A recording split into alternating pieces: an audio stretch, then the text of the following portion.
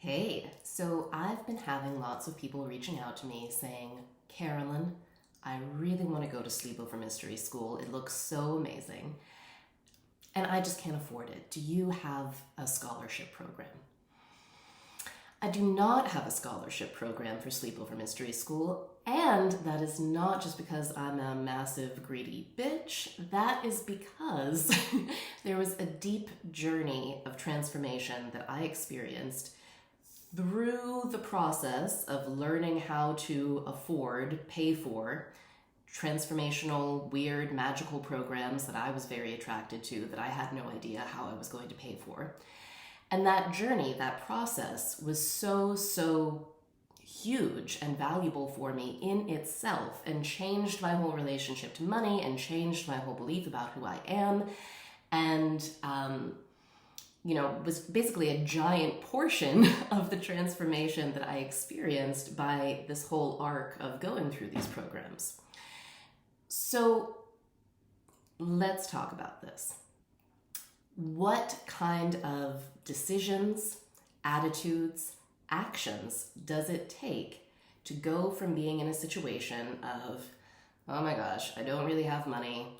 There's this thing, it's super amazing, it's magical, it's hot, it's far out. I don't even really understand what it is, but I just feel like so pulled and so called towards it. How am I going to make this happen? Okay. So to making it happen. How does one go from just feeling the desire to actually making it happen? What is that like? What does that entail?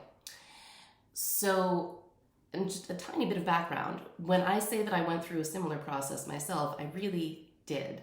I was attracted to the programs of One Taste back in the day when I was fresh out of graduate school with a PhD in English, which meant that really nobody wanted to hire me for anything. I was living on my friend's couch. I was scraping by, making money by writing resumes for Coca-Cola executives in the most nightmare freelance writing job anybody ever invented. I was standing in line at the food bank. I think I was making about $500 a month at that point. Anyways, what I'm saying is I learned about these programs that cost thousands and thousands of dollars, and I really wanted to do them. And I was like, well, fuck me. I guess I can't. I mean, that was my first thought. This is for fancy rich people. This is out of my reach. Poor me. But actually, I shifted. I made a series of shifts, which I'm about to describe to you, that took me from being stuck in that poor me, this is for fancy rich people, I am forever exiled from what is awesome kind of attitude, and into the place where I could actually have and enjoy the thing that I was feeling called to. So the first really is just a decision. It's a decision to get fully, vulnerably, and relentlessly on the side of your own desire without having to have a rational, logical, good reason for it. So, for example, Nicole was doing a thing called magic school. I wanted to go to magic school. It sounded awesome. It was $5,000 for 1 week. And again, at the time, I did not have that much money, but it was I could feel it. I could just feel oh my, I'm meant to be there. This is super important to me. I just had this desire, and it wasn't a desire that I could easily rationalize or explain to anybody else or even to my own brain. All right, Carolyn, well, you're going to go to this thing, and then what's it really going to do for you? Who knows? I didn't know. It's a mystery. Okay.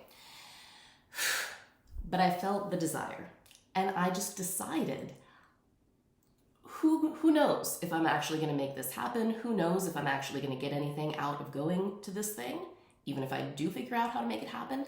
But I decide today that I am becoming the kind of person who vulnerably, relentlessly, fully backs my own bodily desire. So what does that mean? It means that rather than being like, oh, I have this desire, but maybe it's not the right desire. Maybe I should want something else. Maybe I should want something more practical. Maybe it's selfish and stupid of me to want this. Okay, right? So I stop doing that. Just stop it. Stop doubting and dissecting and criticizing and attempting to shrink and make reasonable your own desire. So stop shrinking it, stop doubting it. Decide instead to get really vulnerably behind it. So what does vulnerably behind your own desire mean? It means I'm going to go for this, and I'm going to go for this using everything in my heart, in my mind, in my body. And it might all be for naught. It might be humiliating. I might not be able to actually do it. It might, take something away from me somehow. But whatever, I'm still going to vulnerably put myself behind this desire just because it is my desire. So let me try to put this in another perspective. I notice that it's very, very common for human beings, certainly myself, that when we have a desire, we want to fulfill it, but not if it's going to make us too uncomfortable. Not if we're going to have to do something that's like, that's scary or uneasy for us. Not if I'm going to have to do something that might change my self-concept, right? So there's all these like caveats that we usually put behind our desire to really actually to limit our desire and to deprive ourselves of the experience of just fully vulnerably inhabiting it and all of the consequences that come with that vulnerable embodiment and inhabiting of your own desire. So here's a piece about desire that I think it's very important to keep in mind. By the way, I come from a lineage of magic that is all about desire and will, connected to Tantric Hermeticism, the Lema, and the orgasmic meditation movement. So a few things I've learned about desire. The purpose of desire is the evolution of the species. The purpose of desire is not for the solidification or the propping up of my ego, your ego, anybody's ego. So we can see this on a physical, biological level. We have sexual desires. Those sexual desires lead us to, in some cases, reproduce, which obviously that makes the species go forward. And even if it's not leading to reproductive sex, it's leading to attraction to other people, social cohesion. Even if it's just friendship, it creates social bonds. Desire, attraction creates social bonds that also helps us go forward as a species. Because desire cares about the evolution of the species, the evolution of consciousness, it does not care about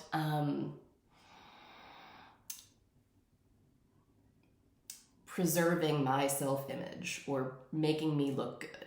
In fact, desire, really vulnerably inhabited desire, is pretty much by definition humiliating. It's gross, it's just like, ugh.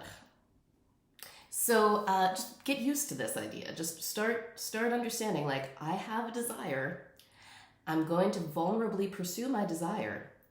Not because it will get me anything. In fact, it will probably completely shred my comfort and who I usually think that I am.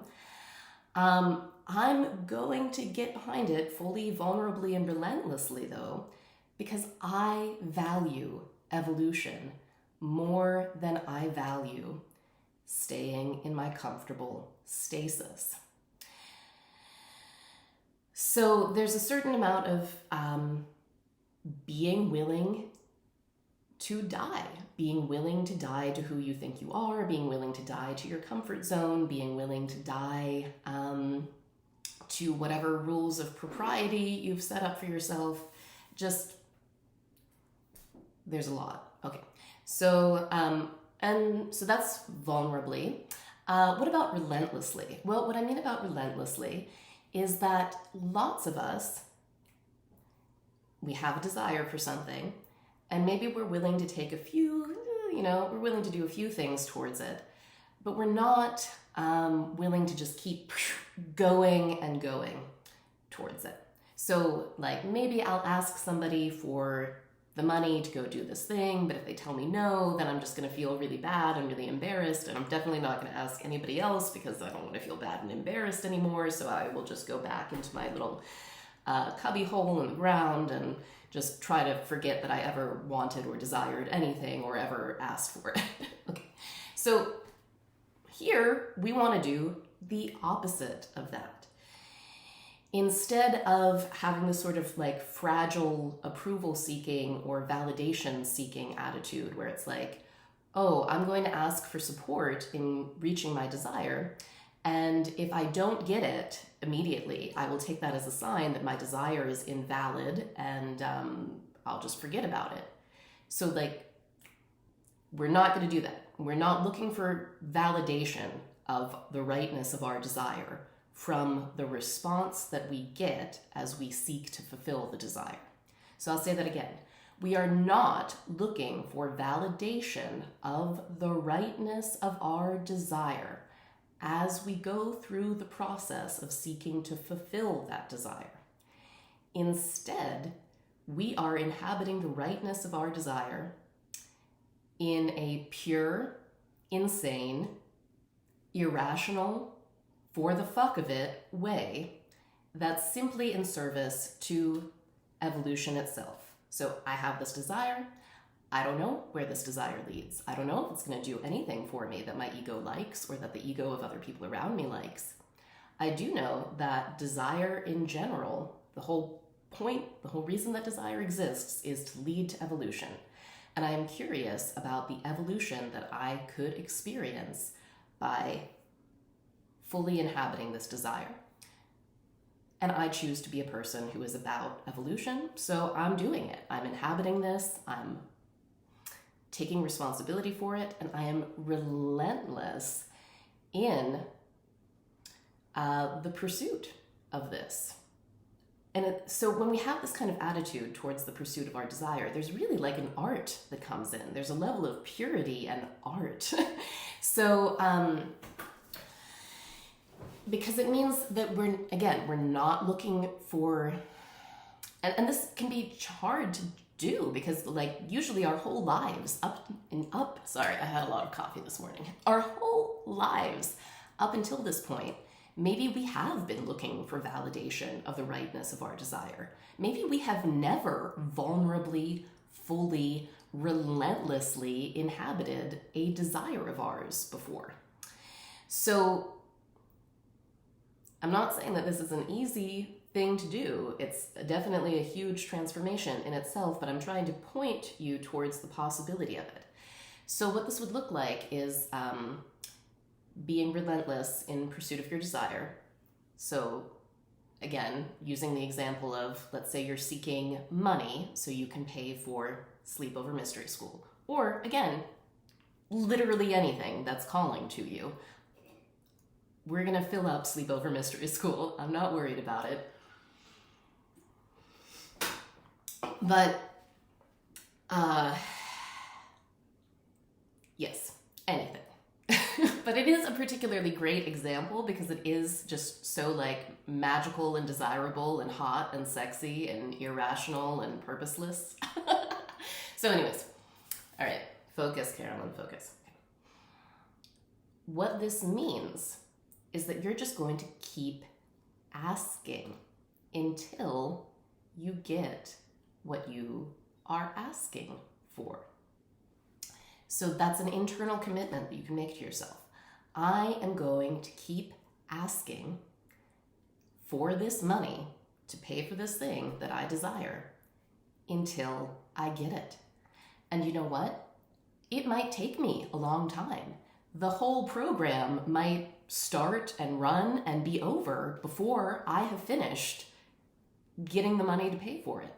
But that's okay. I am committed to fulfilling this, to making this happen, to making it possible. No matter how long it takes me, I am going on the journey of being fully and relentlessly and vulnerably behind this desire of mine. So I'm going to ask people for the money. And if I hear no, I'm going to be like, oh my gosh, thank you for your no. That was amazing. Whew, what an intense, sensational experience. Like I was like, oh, really flushed. It was really intense. That was so fun. Thank you for letting me ask you. Thank you for your no. I love you. And then you go ask somebody else. So you can ask people for the full amount to help you pay for the program. You can ask for little chunks. So that's sort of under the category of like pure asking, just asking for a gift. And we can talk more about that in some detail later, but that's one possible action step towards fulfilling your desire. Another possible action step, of course, is to do business, to earn the money, transact.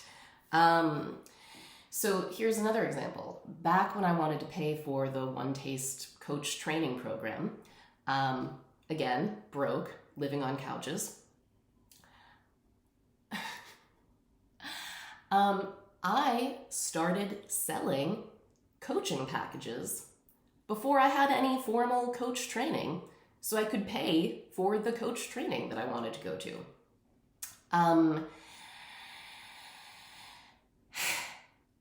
I think I was charging, what was it? It was like $100 a session. I guarantee you there is some skill that you have that you can charge people $100 for an hour of your time to deliver this to them. And, whether it's coaching, tarot reading, deep reflective listening, music lessons, there's something that you have skills, talents that you can trade other people for money. If you have never done this before, it is a bit of a learning curve in itself. I can tell you there's a pretty simple process. You can reach out to people you know in person, reach out to them on social media, say something like, hey, I'm doing consultation calls to find people who would be a great fit for this offering that I have. Would you like to have a consultation call with me? And then on the consultation, you get to know them, you tell them about what you do, and then at the end, you're like, hey, would you like to pay me for this thing? And again, they say yes or no. So that's like a very rudimentary description of the sales process. You can find, I'm sure there's many people who have resources online on booking consult calls, booking, how to do sales calls for coaching or services. You can look that up and begin practicing. So selling something, selling a service that you can do, selling your collection of vintage books, of jewelry, of whatever. Sell stuff. So for example, the first payment for Sleepover Mystery School that people need to make in order to enroll for the program is $1,500. That's not the whole cost of the program. We talk about the whole cost of the program on the interview calls that we do with people, but I'll just let you know, that's the first payment, $1,500. It is humanly possible that you can sell $1,500 tarot readings or singing lessons or whatever. Like, if you could do that right now, you don't need a website, you don't need a business license, you don't need you can just start offering it and doing it. You could bake special Christmas cookies and take orders and make $1,500. You can do it. All right, backing up a little bit, because there's a whole lot more that I could say about getting. So what I will say is this.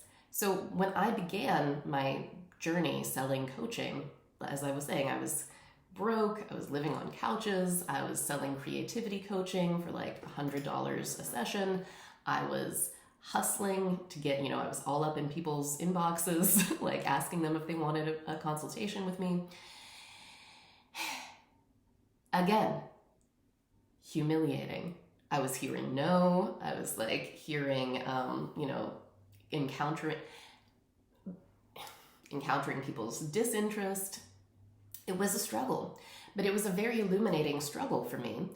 One that has continued to teach me many, many things. So I'll say this about it. If you've never done business for yourself, so like you're experiencing the desire to go to Sleepover Mystery School or some other awesome thing, and maybe, you've only ever had a job with a salary or a job with a hourly wage, and you've never like gone out and marketed yourself or services or something that you make,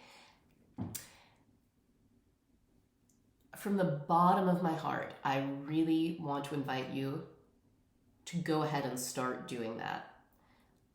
Use this feeling of desire that you have as the inspiration to jump in and become entrepreneurial, because you can, how do I say this? Your odds of experiencing a lot of wealth and opportunity in your life just really increase exponentially when you stop thinking of yourself as an employee and start thinking of yourself as a business person. And truly, even if you are an employee, you are a business person. You are selling your hourly or whatever labor. So it might be a whole process. Maybe you don't succeed immediately in getting the funds together to do the thing that you want to do, but still you can use your desire here to embark upon the process. So I started out with $100 an hour coaching. Now for coaching packages with me, people pay $20,000, $30,000, $50,000. Like, it's been an arc. It's been a journey. But even just the beginning that journey opened up so much for me. So yes, begin the business journey. I started talking a little bit about asking. So the situation where I asked for money to go to a transformational program was one where I didn't have much lead up time for it. It was like I needed to pay right away or not go at all. And I didn't have the time to business my way to it. So I went with the route of just asking. And this was so much more difficult for me than the business thing. Just asking, like I've been conditioned my whole life that you have to earn things, you have to deserve things, you have to work hard for things. Nobody will ever just give you anything. So I was going up against that conditioning. What I decided to do was I knew I had a client of mine, actually, who I knew had money and who liked me and was generally into supporting cool things. And I decided to ask him, I want to do this thing. It's called Magic School. Would you give me $5,000 so I can go and do it? And then I had to stay present in the sensation while he responded to me. So the cool thing is he found the whole process of me making the request from pure desire to be really fun. And he knew that, I was asking not in a pulling way, not in a pressuring way. I was asking in just this really fun way, hey, for the hell of it, do you want to give me this money? And I will be so grateful and thank you. So that kind of energy, that sort of fun, hold on one second, baby needs attention. Be right back.